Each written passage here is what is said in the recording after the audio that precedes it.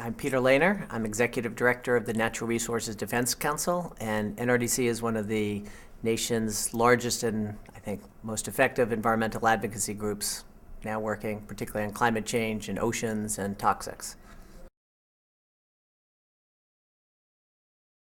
I'll be speaking to the crowd tonight, and I hope to encourage everybody to take ever more action to help get this climate bill through the Senate. We need to get 60 votes, and it's going to be tough. Although the Massachusetts votes are probably secure, solid votes in support of climate change legislation, we've got a lot of work to get the necessary votes. So I will hope to be able to energize everybody, and we appreciate, of course, all the support.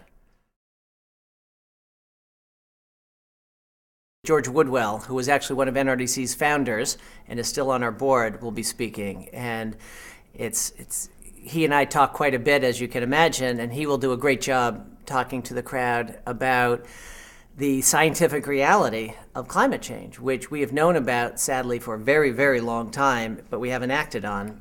And the challenge we have is taking that scientific knowledge and putting it into political action.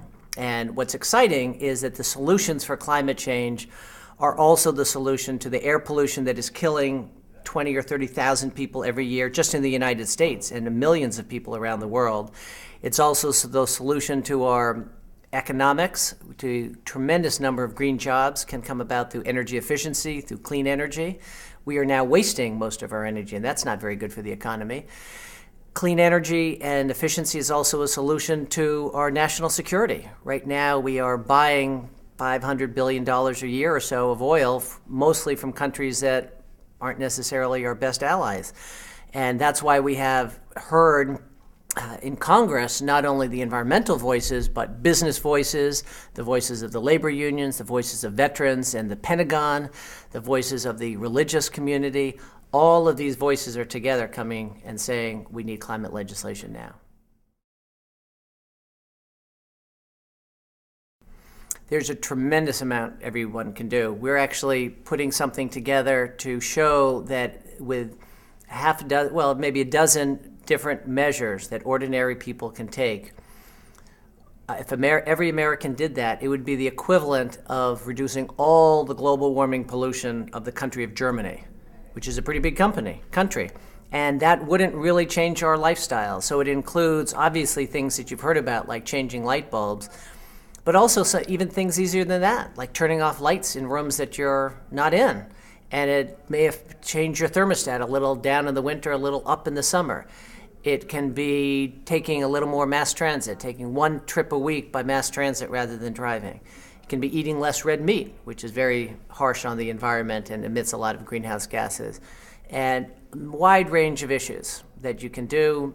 You can do even more if you then want to perhaps take some measures at your house, whether you install solar hot water or compact fluorescent light bulbs, but many, many things people can do. And the exciting thing is that it does add up.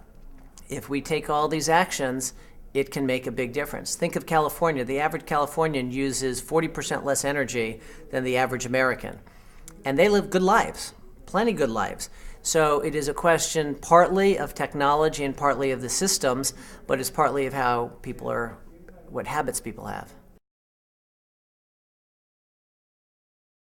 You can change anybody, you really can. My parents are here tonight, and they are not spring chickens, and it's really exciting to see what changes they've made in their life. And also perhaps interesting that they are very much thinking about their children and their grandchildren. They even have a great-grandchild. And so they think, how can it be that we don't take these steps? So it's actually pretty interesting to see that even 80-year-olds can change. So if they can change, then those of us who are younger sure as heck should. The hard part, of course, is getting that awareness and getting it into action. Take recycling. Everybody knows about recycling. New York City, though, for where I come from, has only about a 20% recycling rate. That's crazy. We got to get people to act. Now, most people, who at least those who aren't trying to avoid paying attention to what's going on in the world, are aware of climate change. But we got to take that awareness and move it into action. And that action really is a better life. Right now, the tremendous opportunity we have is efficiency and conservation. And what's good about wasting energy? What's good about wasting water? What's good about wasting food? That's just stupid.